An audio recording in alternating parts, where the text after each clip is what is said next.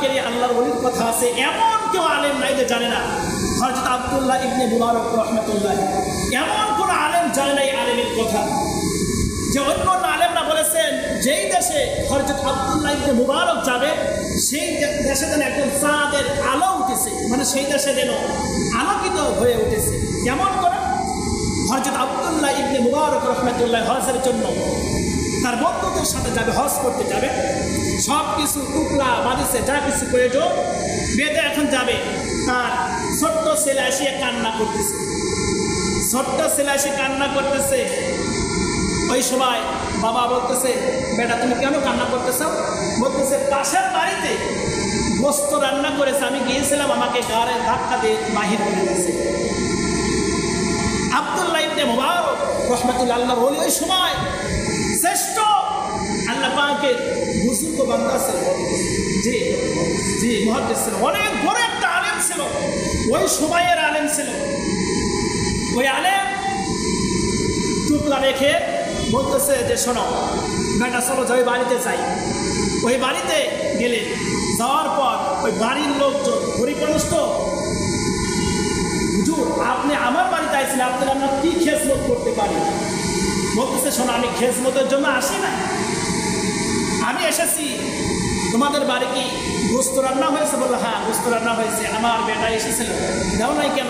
বলতেছে যে হুজুর আপনার জন্য আপনার বেটার জন্য এই গোস্ত খাওয়া কোনো জায়েজ নাই। কেন জায়েজ নাই?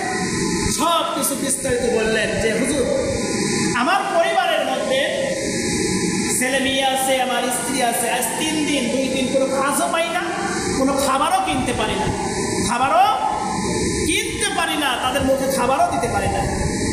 সকালবেলা আমার স্ত্রী বলল যে আজকে সকাল সকালে কামের জন্য চলে যাও, তাহলে কাজ পালে তাহলে এই টাকা দিয়ে কিছু খাবার কিনে ছেলে মেয়ের মুখে হাসি ফোটানো যাবে না, ছাড়া বাঁচানোর কোনো কায়দা নাই, এত ক্ষুধা লাগছে তাদের।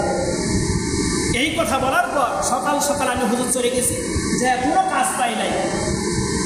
জঙ্গলের পাশে দেখি যে একটা বড় একটা গরু পড়ে আছে, অথবা একটা গাদা পড়ে আছে, এখন কেউ নাই, কি করব? ক্ষুধার কারণায় চাকু দিয়ে কিছু গোস্ত ওখান থেকে নিয়ে আসলাম, নিয়ে আসি স্ত্রীকে বললাম যে শোনো এখন সব কান্না বন্ধ করে দাও, এখন শুকর আদায় করো, আর এই গোস্তটা গরম করে আমার ছেলে মেয়েদেরকে খাওয়াও, তাহলে তাদের কান্নাটা বন্ধ হয়ে যাবে, ক্ষুধা মিটে যাবে। এই কাজ করেছি।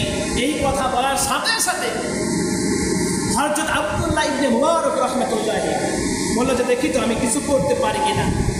আর তার কাছে ওই গরিব মানুষটা হুজুরের কাছে বলতেছে হুজুর আপনার ছেলেকে যে বাড়ি থেকে বের করে দেওয়ার জন্য আমার অপরাধ হয়, আল্লাহর হস্তে আমাকে মাফ করে দেন। কি বলতেছে? আল্লাহর হস্তে মাফ করে দেন। তারপর হুজুর তার বন্ধুদেরকে বললেন, অথবা আল্লাহ পাকের আল্লাহর ওলি মুহাদ্দিস সাহেব আসি তার বন্ধুদেরকে বললেন যে আমি হজে এবার আমার যাওয়া হলো না। কি বলতেছে? হজে যাওয়ার হলো না। ওই টাকা নিয়ে এসে ওই গরিব মানুষের হাতে দিয়ে দিয়েছে। তার হাতে দিয়েছেন? ওই গরিব মানুষের হাতে দিয়েছে। বলে যে শোনো আমি এবার হজ করার জন্য যাওয়ার জন্য আমি নিয়াত করেছিলাম, আমার খরচ হজ হয়ে গেছে, আমি এই হজে না গেলে আমার গুনাহ হবে না, তোমরা এই টাকা নিয়ে তোমার পরিবার নিয়ে তোমরা চলো আর আমার জন্য দোয়া করো। বন্ধুরা চলে গেলেন। তাফসীরের মধ্যে এসেছে, খেয়াল করেন। তারপর বন্ধুরা 45 জন হোক আর 50 জন হোক আর 40 জন হোক প্যাকেজ হোক হজ করে আসিয়া বন্ধুরা আসি বললেন যে আব্দুল্লাহ ইবনে মুবারক ভাই আপনি কবে হজ থেকে আইছেন? আমি তো সংক্ষিপ্ত বলতেছি, ভাই আপনি কবে হজ থেকে আইছেন? বলতেছি আমি তো হজে যাই নাই, আমি তো আপনাদের বিদায় করে দিয়েছি, আমি তো হজে যাই নাই। বললেন যে না, আমরা যখন যখন সাফা মারা যখন সাই করি সেখন ভাই আব্দুল্লাহ ইবনে মুবারক আপনাকে সামনে দেখি, আপনাকে সামনে ধরতে পারি না। আবার যখন আপনি খানায় কাবা তাওয়াফ করেন আপনাকে সামনে দেখি, আপনার সব কিছু আকৃতি দেখি, আপনাকে ধরবো, এমন সময় আপনাকে আর ধরতে পারি না। এরকম করে সমস্ত জায়গায় আপনাকে দেখেছি, আমরা ধরতে পারি না। টুকরাটা আমরা পেয়েছি তোমার, এই টুকরাটা তোমার জুমা দিয়েছি, হজে যে টুকরা লিখেছিলাম সেই টুকরা জুমা দিয়েছি। বলেন সুবহানাল্লাহ।